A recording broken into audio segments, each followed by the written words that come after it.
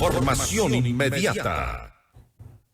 La próxima semana se desarrollará una audiencia para determinar si algunos integrantes del Consejo de Participación Ciudadana y Control Social incumplieron con un dictamen constitucional previo y que podría ser objeto de destitución. Esta es la entrevista de Fausto Yepes, hoy con... Hacemos contacto en este momento con el abogado André Benavides, abogado constitucionalista, para hablar sobre lo que ocurre dentro del Consejo de Participación Ciudadana y Control Social. ¿Está o no al borde del abismo? Le consultamos enseguida. Doctor Benavides, gracias por estar con nosotros. Fausto Yepes le saluda, bienvenido. Muy buenas tardes, estimado Fausto, un cordial saludo para usted y para todos quienes escuchan a través de Notimundo. Gracias, doctor Benavides. Hay varios frentes que se ha abierto el Consejo de Participación Ciudadana y Control Social. Como decíamos al inicio, en la introducción, la próxima semana podría ser determinante. Hay hay la posibilidad, una de las opciones, de hecho, es que puedan eventualmente ser destituidos. Totalmente. Yo creo, estimado Fausto, que el Consejo de Participación Ciudadana y Control Social ha incumplido dictámenes de la Corte Constitucional y lo hizo a través de dos momentos. Cuando se revisó la designación de la Fiscal General del Estado, Diana Salazar, y cuando se intentó con esta veeduría revisar tanto la cesación de los jueces de la Corte Constitucional cervecera, así también como el proceso de designación de los nuevos jueces de la Corte Constitucional. En ese orden de cosas, conforme lo dispone el 86 de la Constitución, el 21 de la Ley de Garantías Jurisdiccionales y los artículos 100, 101 y 102 del Reglamento de Sustanciación del Proceso de la Corte Constitucional, los vocales del Consejo de Participación Ciudadana ya son candidatos a la destitución por parte de la magistratura. Ahora, como parte de su defensa, Allen Berbera estuvo la semana pasada en los estudios de FM Mundo y allí él se amparaba literalmente en la decisión del juez que dispuso de alguna forma, dispuso la creación de esta veeduría. Decía, nosotros no hicimos nada, estamos nada más dando cumplimiento a la decisión del juez y si no cumplimos lo que nos dice el juez, pues ahí caeríamos en una violación a la ley. Entonces, este es de alguna forma el argumento principal que tiene para apartarse de esta pretensión que tenían de revisar la designación de la Corte Constitucional. Desde ningún punto de vista, estimado Fausto. ¿Por qué? Porque aquí se nos quiere vender la idea de que supuestamente existiría una contradicción, o como lo denominamos los abogados, una antinomia jurisdiccional entre la sentencia del juez de Montecristi y el dictamen de la Corte Constitucional.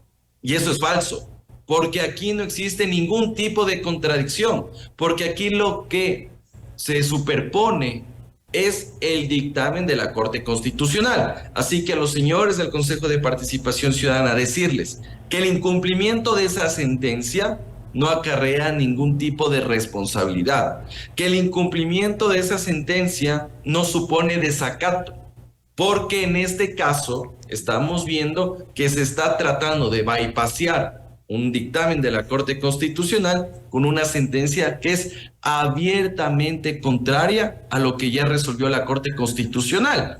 En ese sentido, usted no puede ejecutar una sentencia que evidentemente se va en contra de decisiones de la Corte Constitucional. De esta forma, entonces, y con los antecedentes de otros casos que usted ha mencionado al inicio, la intención de evaluar a la Corte Constitucional, que no es otra cosa que eso, con esta creación de la veeduría, con este avance y las varias y reiteradas convocatorias que hizo Allen Berbera para que se cree y se conforme esta veeduría, esto le pasará factura. Por supuesto, y aquí vienen a hacerse un lavado de manos, de cara, cuando todo el país, a través de medios de comunicación, vimos y escuchamos la rueda de prensa que de manera clara y expresa decía que se va a revisar las atrocidades del Trujillato. Entonces, si vienes a decir que ahora la conformación de la veeduría no tiene esa finalidad, ¿por qué hiciste esa rueda de prensa? Ese era el objetivo. Y aquí nos tratan de vender la idea de que el informe de la veeduría ciudadana puede recomendar otras cosas o pueden decirnos que todo estaba súper bien. Cuestión que no es así. Lo que se intentó es bypassear ese dictamen de la Corte Constitucional y con el pretexto de la sentencia decir, mira, estoy acatando. Y con las conclusiones y recomendaciones, ¿sabe lo que iba a pasar, Fausto? Iban a ejercer la facultad de autotutela y se iban a tumbar a la Corte Constitucional. Ese era el objetivo principal. Y como parte de este objetivo y los otros hechos que han sido recurrentes dentro de este Consejo de la Judicatura, recordemos también las pretensiones respecto de la fiscal Diana Salazar, ¿hay o la lectura desde fuera es que existe una agenda político partidista definida que está de alguna forma desnaturalizando y dando incluso más argumentos para quienes han cuestionado la existencia del Consejo de Participación Ciudadana? Es evidente, Fausto, que aquí existe una agenda política. Es claro que existe una agenda partidista. Porque primero preguntémonos cómo llegaron los señores que actualmente eran mayoría al Consejo de Participación Ciudadana, desfilando con camisetas de color azul. La Liga Azul. Autodenominándose como los de la Liga Azul. Así que no vengan a decir que no tenían ningún tipo de, llamémosle así, relación política con una organización. No, sabíamos claramente para qué lado se peinaban, eso está claro.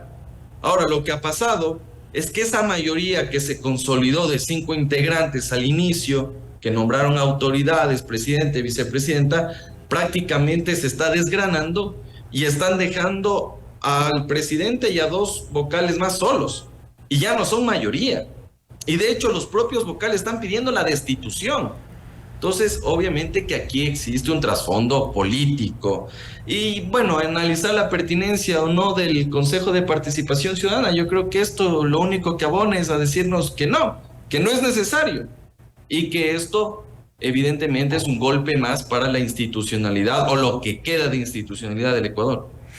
Ahora, ¿qué podría ocurrir en el caso de Joana Verde Soto? Era parte de esta mayoría de la Liga Azul y por estos días, el 19 concretamente, emitió un comunicado donde planteaba una moción apartándose de esa línea en la cual pretendían evaluar a la Corte Constitucional. Con ello, de alguna forma marcaba distancia, se desmarcaba de esta mayoría. No obstante, la consecuencia podría ser la misma que corran el resto. Si es que la vocal Verde Soto actuó de manera directa o indirecta, por acción o omisión o por aquiescencia en la revisión de la designación de la fiscal general del Estado o en esta veeduría ciudadana, tiene responsabilidad y puede ser objeto de destitución. Lo que pasa es que Joana Verde Soto... manos posterior o el tema de desmarcarse de esta mayoría no le exime de responsabilidad. Tomando en cuenta que Joana Verde Soto inicialmente participaba de la idea de crear esta veeduría para evaluar las acciones de la designación de esta Corte Constitucional. Y días más tarde se acordó que no se ha podido. Entonces, esto tampoco le exime de responsabilidad haber perdido la memoria por unos días. Desde ningún punto de vista. Aquí existe un incumplimiento de dictamen constitucional. Y como diríamos por ahí en la calle, incumplimiento no existe. Así que ya existe la responsabilidad, por lo tanto la Corte Constitucional, a partir de esas acciones o omisiones, tiene que evaluar si ha incumplido o no el dictamen. Las sanciones eventualmente o el incumplimiento que determine la Corte Constitucional eventualmente salpican únicamente a la mayoría que decidió por ir por este camino o al cuerpo colegiado. Aquí es importante tomar en cuenta lo que ha dicho la Corte Constitucional. Y repito, aquí se va a responsabilidad por acción u omisión. Así que no es cuestión de que yo no hice, yo no fui. Pero también el no hacer genera responsabilidad. Sea responsabilidad directa o indirecta a través de tus subalternos o de algunos otros funcionarios de grados medios. Pero también aquí la responsabilidad es para el juez que dio la sentencia y también para esos funcionarios del Consejo de Participación que hicieron todo el proceso para que se lleve a cabo es la veeduría ciudadana. Así que al proceso se refiere, por ejemplo, haber dado quórum a la sesión, haber estado allí incluso votando en contra. En este caso no, porque con las actas de votación, de alguna forma se puede decir, mira, al menos este vocal o este consejero se oponía a esta decisión, al menos ya hacía algún señalamiento. Pero si tú votabas alegremente sobre eso, estás incumpliendo un dictamen de la Corte Constitucional. Ahora bien, la Corte Constitucional está, por un lado, es uno de los frentes que se ha abierto el Consejo de Participación Ciudadana, y por otro, el Tribunal Contencioso Electoral. Hay una apelación pendiente todavía respecto del uso político que se dio a la campaña, una campaña que debió ser alejada de los movimientos y partidos políticos. Son dos frentes que se ha abierto. ¿Cuál es en este punto el de mayor riesgo, el que reviste mayor riesgo para una eventual destitución de los vocales del Consejo de Participación? Yo creo que el más riesgoso es el de la Corte Constitucional, porque ya tenemos una sentencia de primer nivel de TSE que te dijo que hacer campaña vestido de azul diciendo por qué organización política te respalda no constituye infracción electoral, porque si lo hiciste en redes sociales, ahí ya no puede actuar el Consejo Nacional Electoral, ni tampoco entraría a verificar la jurisdicción de carácter electoral. En ese contexto yo creo que lo más gravoso, por así decirlo, y que puede tener repercusiones directas, es lo que haga la Corte Constitucional en los próximos días. Lo que hizo el Tribunal Contencioso Electoral fue básicamente mirar a otro lado. Prácticamente. Si todos vimos en redes sociales... Solo ellos no vieron lo que nosotros vimos. Parece que a los jueces del Tribunal Contencioso Electoral no les llegó esa campaña, ni tampoco la publicidad respecto de cómo los consejeros o candidatos a consejeros ya se delineaban a determinada tienda política, y que eso incluso fue parte del proceso para llegar a ocupar un espacio en el Consejo de Participación Ciudadana. Y antes de cerrar, doctor Benavides, otro de los cuestionamientos que se ha dado, de momento está suspenso el concurso para Contralor General del Estado, y allí no sé si podemos señalar algunas de las inconsistencias, por decirlo menos, sino irregularidades que se habrían presentado. La rebaja de 10 puntos en un caso, una aspirante que entiendo se declaró indígena sin evidentemente serlo, y ese tipo de procesos que no han tenido la transparencia que requiere un concurso para Contralor General del Estado. ¿Esto debería revertirse, volver a cero?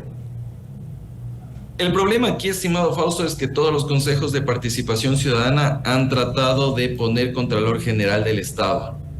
Unos prorrogándoles, otros nombrando a dedo, y otros declarando nulidades y cambiando reglamentos. Y de ahí también que el concurso se ha implosionado por parte de los propios concursantes a través de estas acciones de protección. Recordemos que hubo una acción de protección que dejó sin efecto y nos retrotraímos a la fase de validación de requisitos o elección de carpetas. Y ahora estamos nuevamente viendo que una persona no pudo presentar un documento, que no pudo apelar, que no pudo oponerse, etcétera, etcétera, etcétera. Entonces yo creo que aquí lo que está haciendo es tratando de dilatar el proceso hasta ver que existan las condiciones para nombrar al próxima autoridad de la Contraloría General del Estado. Pero en este caso ya se debía haber nombrado hace más de 3 años y no se lo ha hecho. Y ese es justamente un problema que tenemos en esta instancia, que debería encargarse del manejo, del cuidado de los recursos públicos, pero lastimosamente lo que está pretendiendo es que sea una cuota de poder. A partir de ahí que se puede perseguir a los enemigos y favorecer a los amigos. Con toda esta contaminación política le consulto algo que he consultado a otros analistas y es respecto de los concursos. ¿Terminan siendo todos este tipo de concursos una burla a los ecuatorianos? Lastimosamente hemos visto que los concursos realizados por el CPCCS no han garantizado ni transparencia, ni tampoco ese acceso a la información pública para ciencia cierta saber si es que llegaron o no llegaron los mejores ciudadanos. Y no hablo de este Consejo de Participación Ciudadana, lo hablo desde el consejo que se instaló en el 2009 o 2010. Desde ahí siempre ha estado direccionado para satisfacer intereses personales, intereses políticos, intereses partidistas. Y eso lo han hecho todos, incluyendo el transitorio. Así que todos han utilizado el Consejo de Participación Ciudadana para poner gente que responda a ellos.